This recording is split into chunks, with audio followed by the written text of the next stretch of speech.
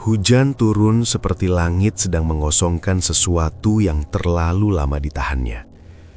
Dari celah atap seng yang karatan, air menetes satu-satu ke lantai tanah rumah kontrakan ini, membentuk kubangan kecil yang tak sempat lagi kulap.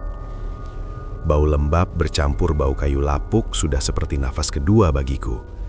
Dingin, lengket, tapi lebih dingin lagi rasa di dada setiap kali aku menatap kaleng beras yang dasarnya mulai terlihat. Aku menghitung lagi uang receh di telapak tangan, padahal dari tadi jumlahnya tak berubah. Tak cukup untuk beli beras, apalagi obat batuk Dika yang makin parah sejak seminggu terakhir. Anak itu tertidur di tikar tipis dengan selimut yang sudah tak lagi hangat. Dadanya naik turun cepat. Nafasnya berbunyi kecil seperti orang menahan tangis dalam mimpi. "Bu," suaranya serak, setengah sadar. "Aku lapar." Aku menoleh cepat, pura-pura tersenyum walau rasanya wajahku seperti retak. "Iya nak, ibu lagi masak," kataku pelan. Padahal tungku di dapur bahkan tak punya kayu bakar. Aku berdiri, masuk ke dapur yang lebih mirip sudut gelap daripada ruangan. Panci kosong di atas kompor minyak yang tak menyala. Aku hanya memegang sendok, mengaduk udara, mencoba menipu suara supaya terdengar seperti ada sesuatu yang dimasak. Kadang, bohong kecil terasa seperti satu-satunya cara bertahan hidup. Sejak suamiku meninggal setahun lalu karena kecelakaan proyek, semuanya seperti turun pelan ke lubang yang tak kelihatan dasarnya. Aku mencoba jualan gorengan, mencoba cuci baju tetangga, tapi tubuhku tak sekuat dulu. Dunia rasanya tak punya ruang untuk orang yang pelan. Sore itu hujan belum berhenti. Jalan depan rumah sepi, hanya suara air mengalir di selokan. Aku duduk di ambang pintu, menatap lurus keluar pagar bambu yang miring. Entah menunggu apa, mungkin menunggu keajaiban. Walau aku sendiri sudah lama tak percaya keajaiban mau singgah ke rumah semacam ini. Lalu aku melihatnya. Seorang pria berdiri di seberang jalan. Aku tak tahu sejak kapan dia di situ. Tubuhnya tegap untuk ukuran orang tua. Pakaiannya rapi, terlalu rapi, untuk kampung becek seperti ini. Jas abu-abu, sepatu hitam mengkilap, tak ada noda lumpur sedikit pun. Rambutnya disisir ke belakang. Wajahnya pucat tapi tenang. Aku sempat menoleh ke kiri dan ke kanan, memastikan dia bukan tamu rumah lain. Tapi tak ada siapa-siapa, hanya kami berdua dan hujan. Dia menatap langsung ke arahku, lalu berjalan mendekat tanpa tergesa. Anehnya, langkahnya tak terdengar menjejak genangan. "Rini," katanya, begitu sampai di depan pagar. Aku membeku. "Bapak kenal saya?" Dia tersenyum tipis. Senyum yang tidak benar-benar sampai ke mata. Orang yang sedang sangat butuh kerja biasanya mudah ditemukan. Tanganku refleks meremas kain daster. "Kerja apa, Pak?" "Pengasuh anak di rumah besar, tidak jauh dari sini. Gaji cukup, makan ditanggung, tempat tinggal ada." Kata-kata itu terdengar seperti mimpi yang terlalu rapi. Tak masuk akal. Tak ada orang yang tiba-tiba menawarkan kerja seperti itu tanpa tanya ini itu. "Saya cuma lulusan SMP, Pak. Saya juga punya anak kecil." "Anakmu bisa kau titipkan. Kau bisa pulang sesekali," potongnya lembut. Majikan saya tidak banyak menuntut. Mereka hanya tidak suka ditanya-tanya. Aku menelan ludah. Ada sesuatu dalam caranya bicara. Pelan, tapi pasti. Seperti orang yang sudah tahu jawabannya sebelum aku bicara. "Rumahnya di mana, Pak?" "Ujung jalan kabut, dekat kebun bambu tua." Dadaku seperti ditekan pelan. Aku tahu daerah itu. Orang-orang jarang lewat sana. Katanya angker. Tapi rasa takut dan rasa lapar seringkali bertengkar, dan lapar hampir selalu menang. "Kenapa harus saya, Pak?" tanyaku lirih. Dia memiringkan kepala sedikit. "Karena kau tidak punya pilihan lain." Kalimat itu menusuk tepat ke tempat yang paling ingin kusembunyikan dari dunia. Aku ingin marah, tapi tak bisa, karena dia tidak salah. Dari dalam rumah, suara batuk Dika terdengar lagi, lebih keras. Aku menoleh sebentar, lalu kembali menatap pria itu. "Gajinya cukup untuk biaya berobat anak saya?" Suaraku pecah tanpa izin. Lebih dari cukup, jawabnya cepat. Hujan mulai meredah, tapi udara justru terasa lebih berat. Aku sadar, ini mungkin keputusan paling aneh dalam hidupku, tapi juga mungkin satu-satunya. Kalau saya setuju, kapan saya mulai? Senyumnya melebar sedikit.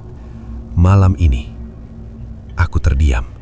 Sekarang, kesempatan tidak menunggu lama, Rini. Aku melihat ke dalam rumah. Dika menggeliat dalam tidurnya. Wajahnya kurus, pipinya cekung. Semua rasa takut tiba-tiba terlihat kecil dibanding bayangan kehilangannya. Aku mengangguk pelan. "Baik, Pak. Saya ikut." Pria itu melangkah mundur, memberi jalan, seperti memang sudah tahu aku akan berdiri dan mengikutinya. Saat aku menutup pintu rumah, entah kenapa ada rasa seperti sedang meninggalkan sesuatu yang tak akan pernah bisa kuambil kembali. Aku tak tahu waktu itu. Tawaran kerja itu bukan sekedar pintu rizki. Itu pintu menuju rumah yang seharusnya tak lagi dihuni siapapun. Kabut mulai turun saat aku mengikuti pria tua itu menyusuri jalan yang semakin lama semakin sempit. Tanah becek menempel di ujung sandalku. Tapi anehnya, langkahnya tetap bersih, seperti kakinya tak benar-benar menyentuh tanah. Di kanan kiri hanya kebun bambu yang rapat. Batang-batang tinggi bergesekan pelan tertiup angin. Suaranya tipis tapi panjang, seperti bisikan yang tak pernah selesai. Aku berjalan sedikit di belakangnya, memeluk tas kain berisi 2 potong baju dan foto kecil Dika yang kuselipkan di saku dalam. Rasanya seperti meninggalkan nafas sendiri di rumah tadi. Tapi aku terus melangkah. Setiap langkah seperti mengikatku pada sesuatu yang belum kupahami. "Masih jauh, Pak?" tanyaku akhirnya. "Sudah dekat," jawabnya tanpa menoleh. Tak lama kemudian rumah itu muncul dari balik kabut. Besar, jauh lebih besar dari yang kubayangkan. 2 lantai, dindingnya tinggi, catnya putih pucat seperti tak pernah kena matahari. Jendelanya banyak, tapi gelap semua, seperti mata yang tertutup rapat. Pagar besinya menjulang, motifnya rumit seperti sulur tanaman yang saling mengikat. Dadaku terasa sempit. "Ini rumahnya?" Pria itu mengangguk pelan. "Majikanmu sudah menunggu." Gerbang terbuka sendiri dengan bunyi pelan, meski tak ada orang menyentuhnya. Aku menahan nafas, lalu melangkah masuk. Udara di halaman terasa berbeda, lebih dingin dari luar, dan ada bau samar seperti bunga yang sudah terlalu lama layu. Rumput di halaman rapi, tapi tak ada jejak kaki, tak ada daun kering, tak ada tanda kehidupan. Hanya patung batu seorang anak kecil berdiri di tengah taman, wajahnya menghadap ke pintu rumah. Mata patung itu kosong, tapi entah kenapa rasanya seperti mengawasi. Pintu utama terbuka sebelum kami sampai di teras. Seorang wanita berdiri di sana. Tubuhnya tinggi, kurus, mengenakan gaun panjang warna krem yang jatuh lurus tanpa lipatan. Rambutnya hitam panjang tergerai, wajahnya cantik tapi pucat, terlalu pucat, seperti tak pernah tersentuh matahari. "Ini dia," suaranya halus, datar. Pria itu mengangguk pelan. "Namanya Rini." Wanita itu menatapku dari ujung kepala sampai kaki. Tatapannya bukan seperti orang menilai, lebih seperti orang memastikan sesuatu sesuai dengan yang diharapkan. "Saya Nyonya Sari," katanya. "Kau akan mengurus anak saya. Itu saja tugasmu." Aku menunduk sopan. "Iya, Bu." Tak ada senyum, tak ada basa-basi. Ia berbalik masuk dan kami mengikutinya. Begitu melewati pintu, hawa di dalam rumah langsung membuat bulu kudutku berdiri. Dingin tapi bukan dingin angin. Lebih seperti dingin ruangan yang lama tertutup tanpa nafas manusia. Bau kayu tua dan sesuatu yang sulit kujelaskan bercampur di udara. Lantainya marmer putih mengkilap, tapi langkahku terdengar menggema keras, seakan rumah ini terlalu kosong untuk menelan suara. Aku melirik ke kanan kiri. Ruang tamu luas, sofa besar tersusun rapi, meja kaca tanpa debu. Semua terlihat terawat, tapi tak ada tanda-tanda rumah ini benar-benar ditinggali. Tak ada televisi menyala, tak ada gelas bekas minum, Tak ada suara orang berbicara. Hanya detik jam dinding yang berdetak keras, terlalu keras. "Bu, di sini tidak ada pembantu lain?" tanyaku pelan. Nyonya Sari berhenti, menoleh perlahan. "Kami tidak suka ramai." Jawaban itu membuat tenggorokanku kering. Pria tadi entah sejak kapan sudah tak ada di belakangku. Aku tak mendengar pintu terbuka atau tertutup. Dia seperti menghilang begitu saja. "Anak saya ada di lantai atas. Namanya Lala. Kau tidak perlu masuk kamar manapun selain kamarmu dan kamar Lala." Aku mengangguk cepat. "Iya, Bu." "Kau juga tidak perlu keluar rumah setelah malam tiba."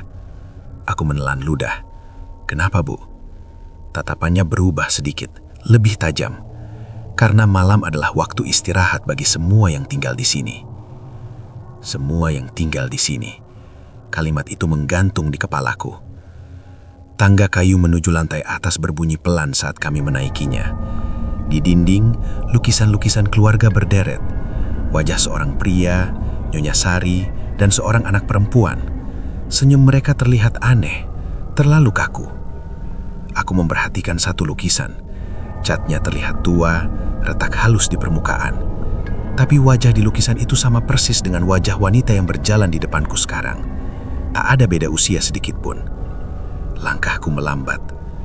Nyonya Sari berhenti di depan sebuah pintu putih. Ini kamar Lala. Dari dalam tak terdengar suara apapun. Ia membuka pintu pelan. Seorang anak perempuan duduk di tepi ranjang, membelakangi pintu. Rambutnya panjang lurus, tubuhnya kecil. Ia tidak bergerak meski pintu terbuka.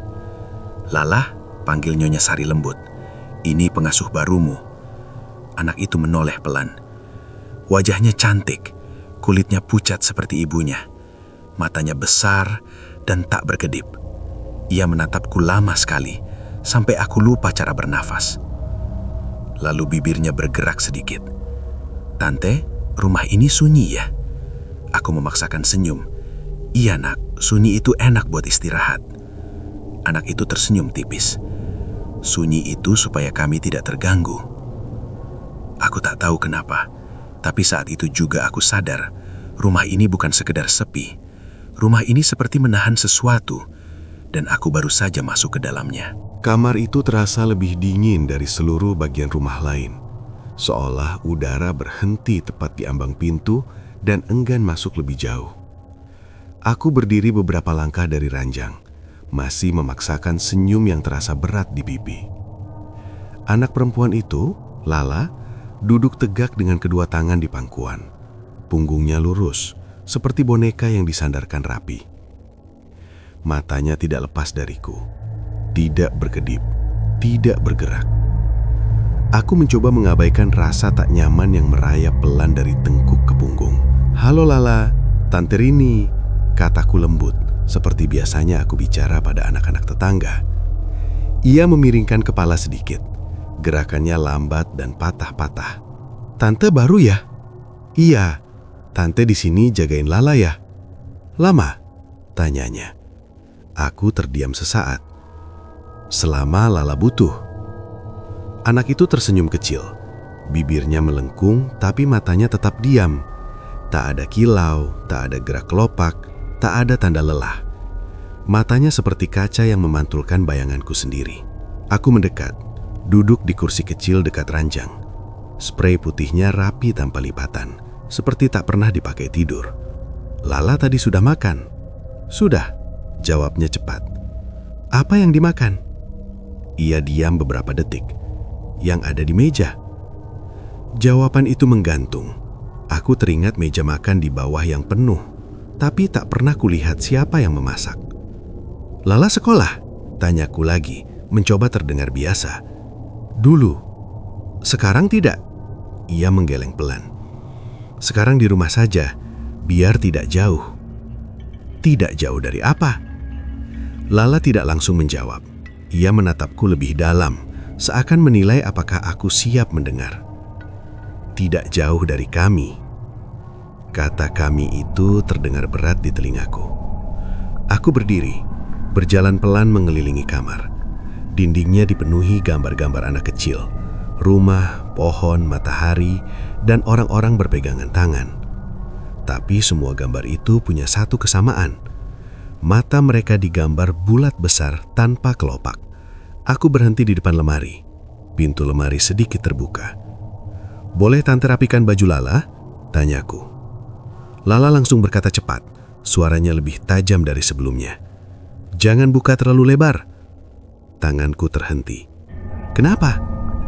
"Di dalam gelap, mereka tidak suka diganggu." Aku menarik tangan pelan, menutup lagi pintu lemari. Jantungku berdetak lebih cepat. Aku mencoba meyakinkan diri, mungkin cuma imajinasi anak kecil. Anak-anak kadang punya teman khayalan. Aku kembali duduk. "Lala kalau tidur biasanya jam berapa?" "Aku jarang tidur." "Kok bisa? Nanti capek." Ia tersenyum lagi. Aku sudah lama tidak capek. Kalimat itu membuat dadaku terasa kosong. Aku memperhatikan wajahnya lebih dekat. Tak ada lingkar mata, tak ada bekas lelah. Kulitnya halus seperti lilin. Bahkan dadanya tak terlihat naik turun jelas seperti orang bernafas. Tiba-tiba Lala mengangkat tangan, menunjuk ke arah mataku. "Tante berkedip terus." Aku tersenyum canggung. "Ya memang begitu, Nak. Mata manusia kalau tidak berkedip bisa kering." Lala menggeleng pelan. "Kalau sudah lama di sini, tidak perlu berkedip." Aku tertawa kecil, mencoba mencairkan suasana. "Kenapa begitu?" "Karena tidak ada yang perlu ditakuti lagi." Kalimat itu keluar begitu tenang, seperti fakta sederhana. Dari luar kamar terdengar detik jam berdentang keras satu kali. Suaranya menggema sampai ke dalam dada. Aku berdiri. "Sudah sore, Tante turun sebentar ya, nanti balik lagi." Sebelum aku melangkah ke pintu, suara Lala menahanku. "Tante."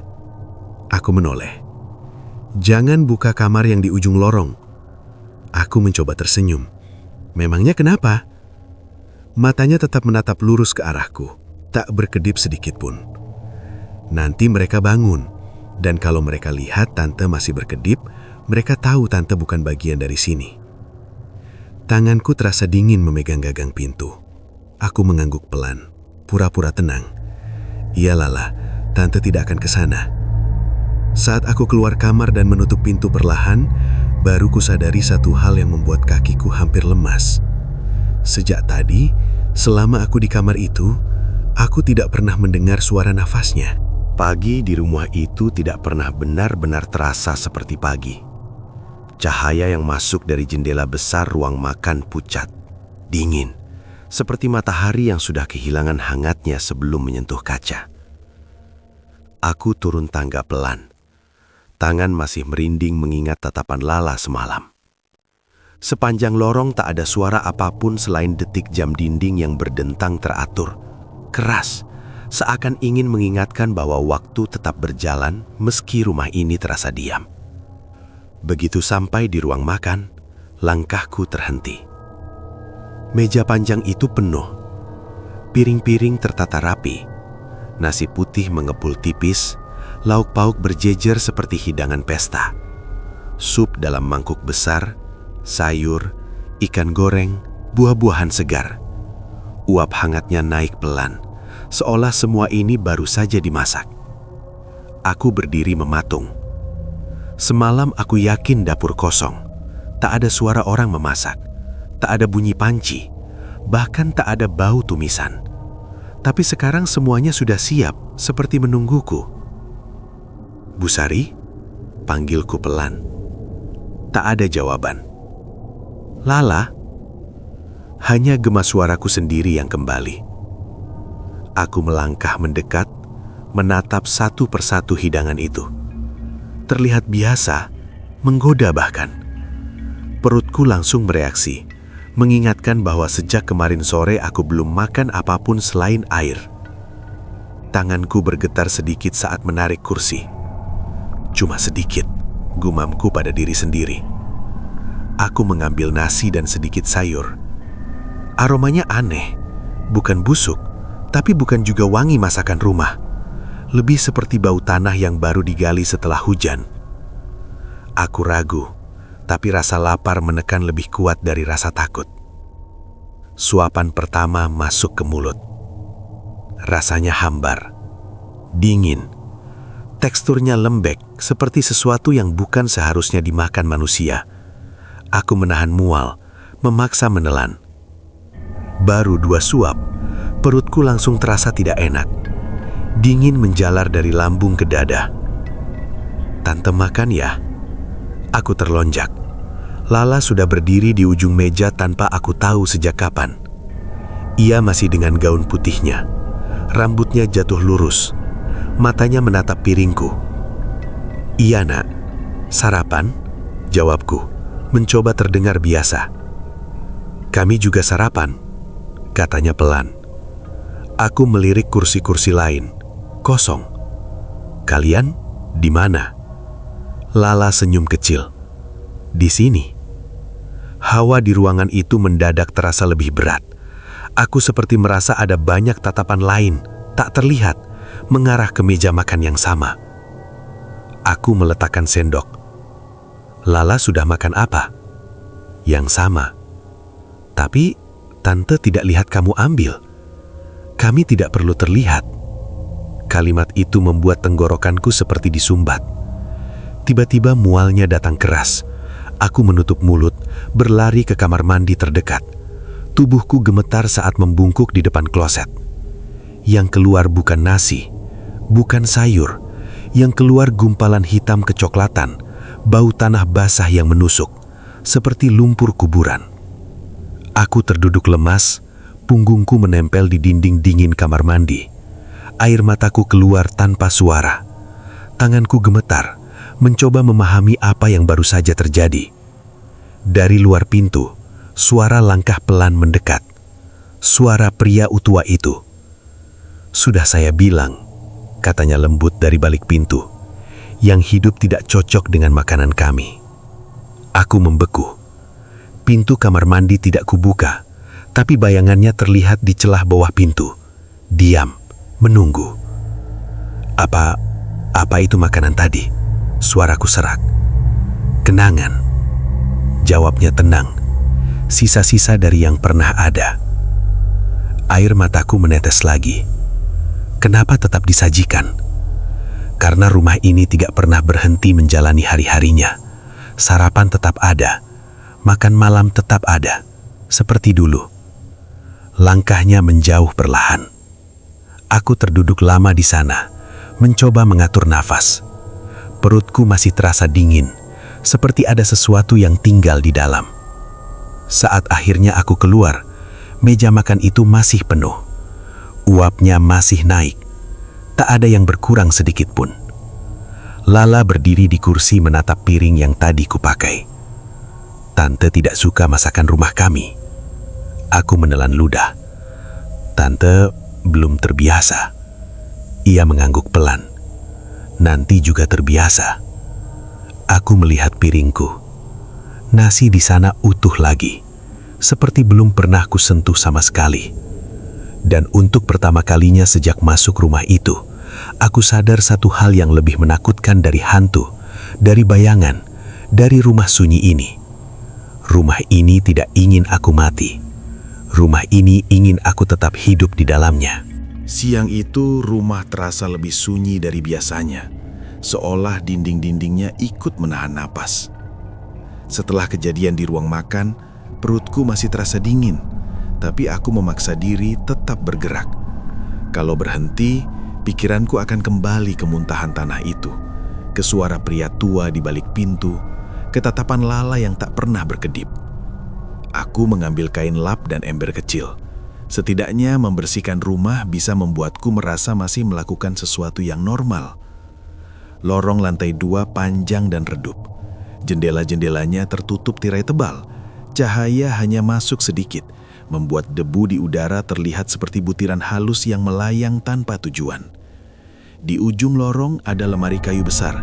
Ukirannya rumit, warnanya coklat tua, hampir hitam. Entah kenapa kakiku berhenti di situ. Pintunya sedikit terbuka. Aku melirik ke kanan kiri. Tak ada siapapun. Hanya detik jam dari bawah yang terdengar samar. Perlahan, aku membuka pintu lemari itu lebih lebar. Di dalamnya, bukan pakaian, melainkan bingkai-bingkai foto tersusun rapi, berdiri menghadap keluar seperti sedang dipajang di galeri kecil. Semua tertutup lapisan debu tebal, seakan sudah lama tak disentuh. Tanganku refleks mengusap salah satu bingkai. Foto keluarga. Seorang pria berwajah tegas duduk di kursi kayu. Nyonya Sari berdiri di sampingnya, dan di depan mereka Lala kecil berdiri dengan gaun putih. Mereka tersenyum ke arah kamera. Senyum yang kaku, mata yang terlalu terbuka. Di sudut bawah foto tertulis tahun 1998. Dadaku terasa kosong. Itu hampir 30 tahun lalu. Tapi wajah mereka sama persis dengan yang kulihat sekarang.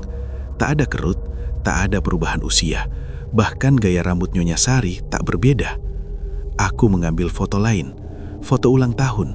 Lala meniup lilin angka 7. Orang tuanya berdiri di belakang. Tahun yang sama. Foto piknik di taman.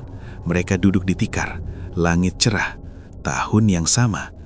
Semua foto berhenti di tahun itu. Tak ada satupun foto setelahnya. Tanganku mulai gemetar. Aku menurunkan satu bingkai. Debunya beterbangan tipis. "Sedang lihat apa?" Suara itu membuatku hampir menjatuhkan foto. Nyonya Sari berdiri di ujung lorong. Tak terdengar langkah, tak terdengar pintu terbuka. Ia hanya sudah ada di sana. "Saya cuma bersih-bersih, Bu," jawabku cepat.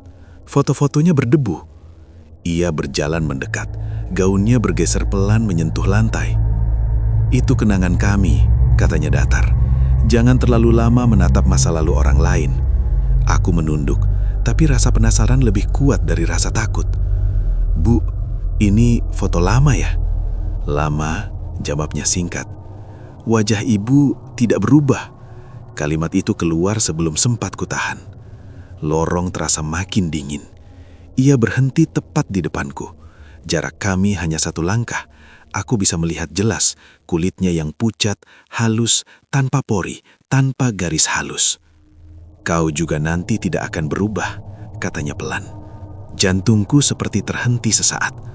"Maksud ibu?" "Kalau sudah terlalu lama di rumah ini, waktu tidak lagi berjalan seperti di luar."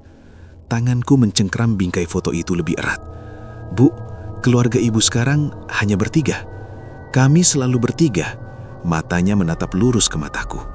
"Suami ibu ada di rumah?" "Di mana lagi kalau bukan di rumah sendiri?" Jawabannya terdengar wajar, tapi caranya mengatakan di rumah membuat tulang punggungku terasa dingin. Tiba-tiba, angin dari jendela lorong berhembus pelan, padahal tirainya tertutup rapat. Bingkai-bingkai foto di dalam lemari bergetar sedikit, bunyi kaca beradu pelan. Salah satu foto jatuh ke lantai. Kacanya retak. Aku refleks membungkuk mengambilnya.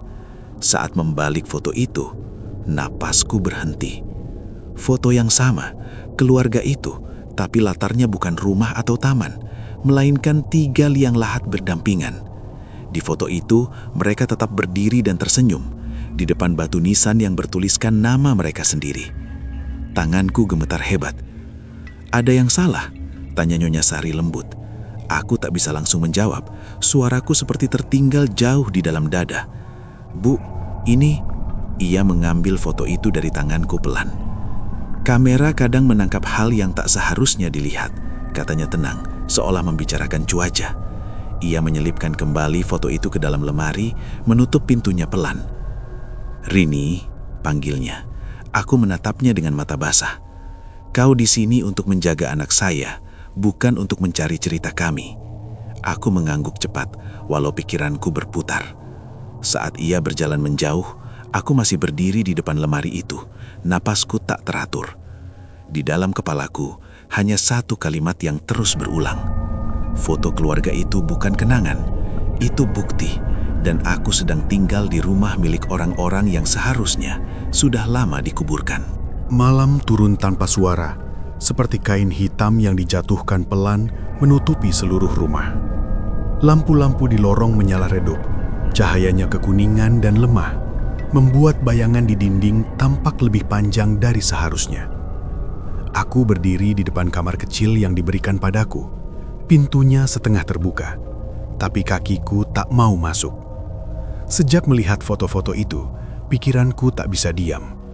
Wajah mereka di foto yang lahat terus muncul setiap kali aku memejamkan mata. Dan kalimat Lala sore tadi terngiang jelas. Jangan buka kamar yang di ujung lorong. Justru larangan itu seperti menarikku. Lorong lantai 2 malam itu lebih panjang dari biasanya.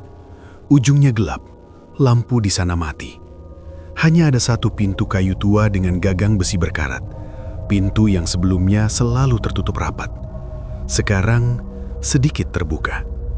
Garis gelap di celahnya seperti mulut yang menganga.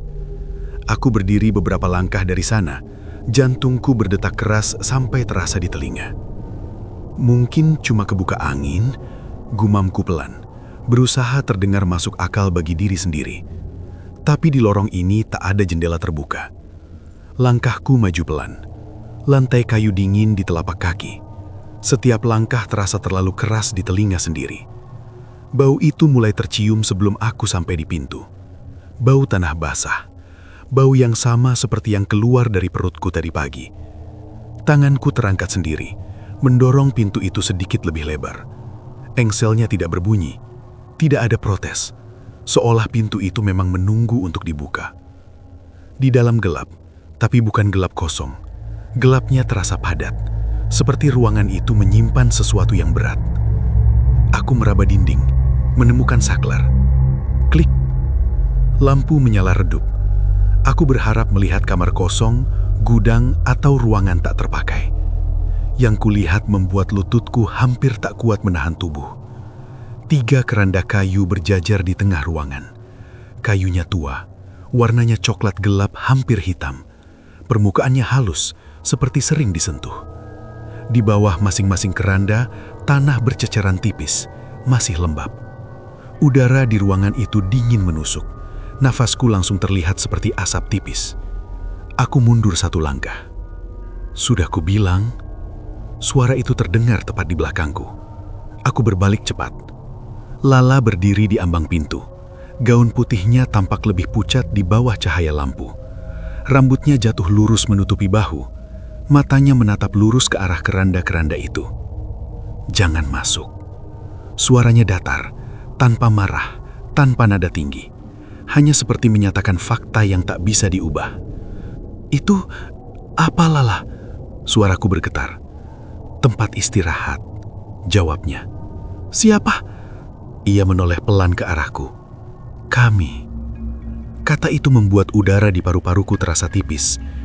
Tiba-tiba, tutup salah satu keranda berderit pelan.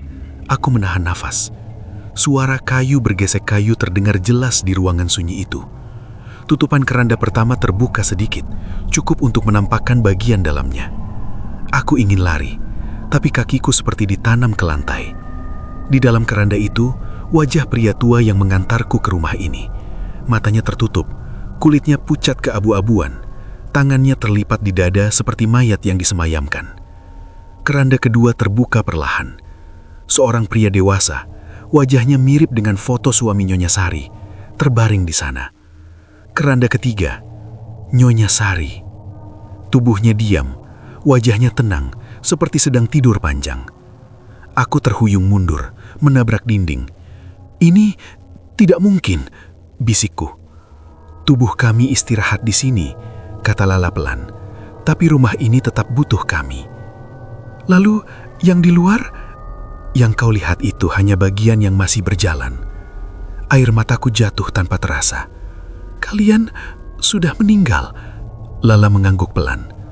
Rumah ini tidak bisa kosong. Kalau kosong, kami benar-benar pergi. Jadi kami tinggal. Dadaku sesak. Kenapa aku di sini? Ia mendekat 1 langkah. Karena rumah ini butuh yang hidup. Supaya terasa hangat. Supaya tidak lupa caranya bernafas. Tiba-tiba, udara di ruangan makin dingin. Lampu berkedip pelan. Dari dalam keranda, kelopak mata pria tua itu bergerak sedikit. Aku menjerit terhantam menutup mulut sendiri. Tenang, Tante, kata Lala lembut. Mereka tidak akan bangun kalau Tante tidak pergi.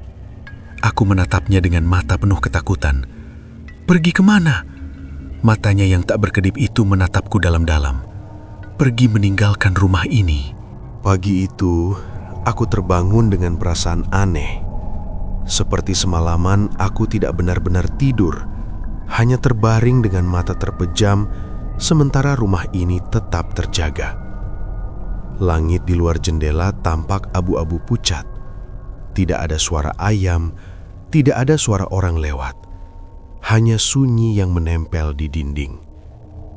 Aku memutuskan pulang sebentar.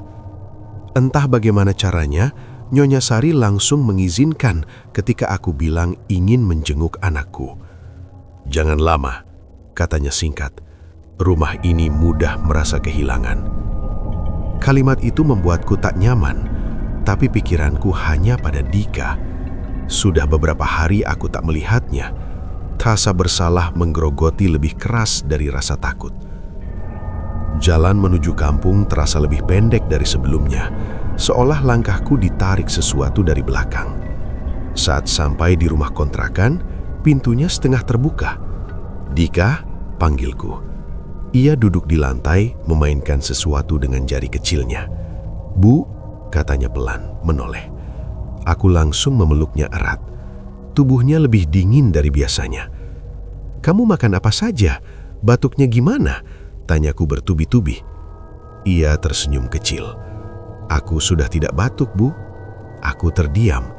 Benar, napasnya terdengar lebih tenang. "Siapa yang jaga kamu selama ibu pergi?" Dika menunduk, menggambar lingkaran di lantai dengan jari. "Ada teman."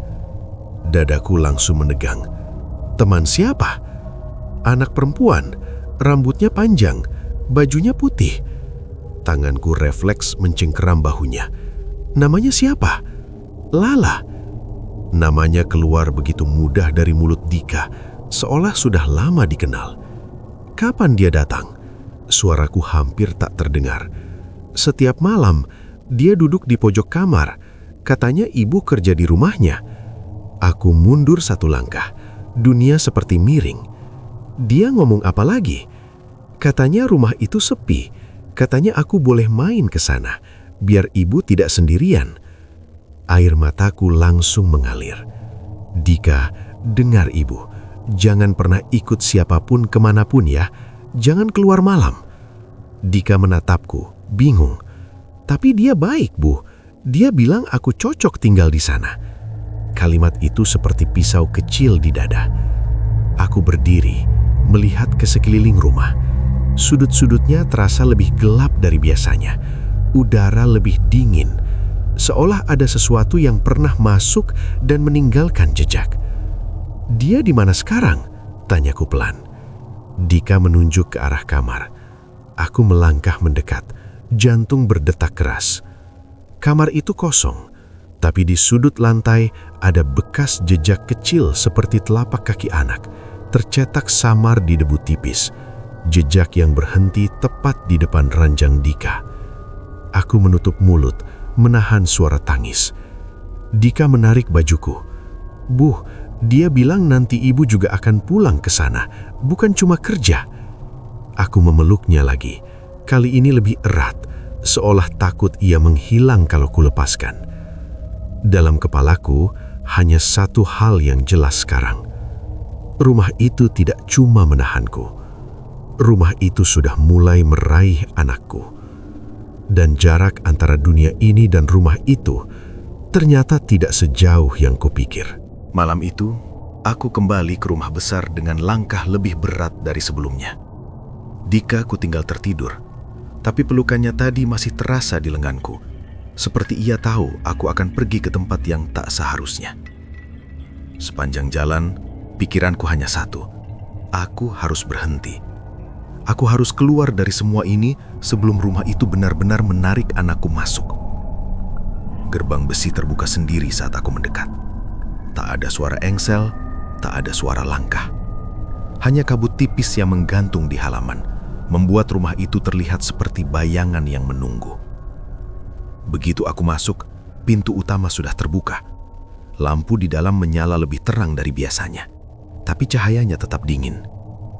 Di ruang tamu, mereka semua sudah menunggu. Nyonya Sari berdiri di samping sofa. Di sebelahnya seorang pria, wajah yang sama dengan tubuh di keranda semalam. Dan Lala berdiri sedikit di depan mereka, memegang sesuatu di tangannya. Pria tua yang pertama kali menemuiku juga ada di sana. Lengkap, seperti keluarga yang sedang menyambut tamu. "Kau kembali," kata Nyonya Sari pelan. "Aku cuma kerja, Bu.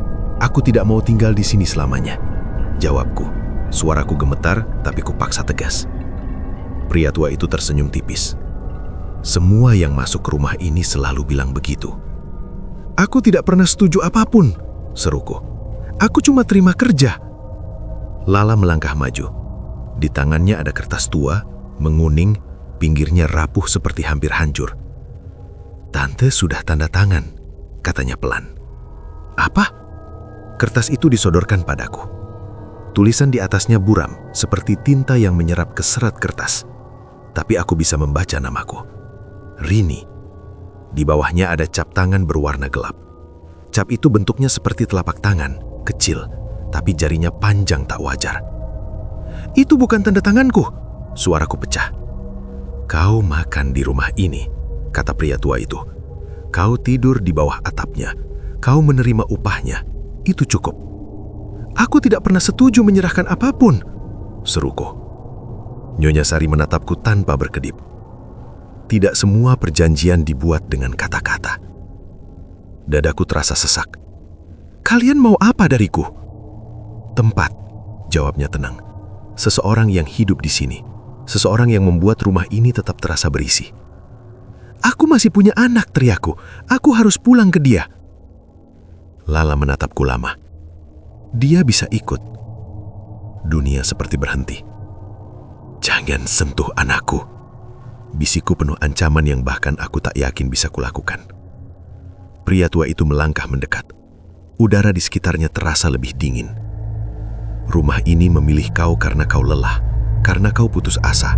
Orang seperti itu mudah berjanji tanpa sadar." Air mataku jatuh lagi. "Kalau aku pergi sekarang?" Pria itu tersenyum. "Coba saja." Tiba-tiba lantai di bawah kakiku terasa berat, seperti ada sesuatu yang menahan dari bawah. Nafasku memendek. Lala mengangkat tangan kecilnya. "Kalau tante pergi, rumah ini kosong lagi," katanya pelan. "Kalau kosong, kami benar-benar mati." Aku menatap mereka satu persatu. Tubuh-tubuh yang berjalan ini bukan hidup, tapi mereka takut benar-benar hilang. "Kalian sudah mati," kataku pelan. "Biarkan pergi." Nyonya Sari mendekat sampai wajahnya hanya sejengkal dariku. Matanya kosong, tapi dalam. Kematian tidak selalu berarti pergi, Rini. Kadang berarti tinggal di tempat yang sama terlalu lama. Kertas tua itu melayang pelan dari tangan Lala, berhenti di udara di depanku. Tulisan di atasnya mulai menghitam, seperti baru saja ditulis. 1 jiwa untuk 1 rumah. Tanganku terasa panas, seolah dipaksa mendekat. "Aku tidak mau," bisikku. Suara Lala sangat lembut saat berkata, "Tapi rumah ini sudah mau." Beberapa bulan berlalu, tapi tak ada yang benar-benar bisa menghitung waktu di sekitar rumah itu. Kabut masih sering turun menjelang sore, menutup ujung jalan bambu seperti tirai yang tak pernah ditarik sepenuhnya. Dari kejauhan, rumah besar itu terlihat biasa saja. Catnya tetap pucat, halamannya rapi, jendelanya tertutup seperti rumah orang yang hanya tak suka bergaul. Orang-orang kampung mulai berani lewat lagi. "Katanya dulu kosong lama," bisik seorang ibu pada temannya saat melintas. "Iya, tapi sekarang ada penghuninya, ibu muda sama 2 anak." Dari balik pagar besi, tirai jendela lantai 2 bergerak sedikit. Di dalam rumah, pagi dimulai seperti biasa. Meja makan panjang itu kembali penuh. Uap tepis naik dari piring-piring yang tersusun rapi. Kursi di ujung meja kini terisi. Aku duduk di sana. Gaun yang kupakai sederhana, rambutku terikat rapi. Tanganku terlipat di pangkuan, punggungku tegak. Di hadapanku, piring berisi nasi yang tak pernah benar-benar berkurang. Lala duduk di sebelahku, diam seperti biasa. Di kursi seberang, Dika. Wajahnya tenang, terlalu tenang untuk anak seusianya. "Bu," katanya pelan, menatap lurus ke depan. Hari ini kita main di taman. Aku menoleh padanya. Gerakanku lambat, halus. Iya nak, jawabku lembut. Suaraku terdengar sama, tapi rasanya jauh.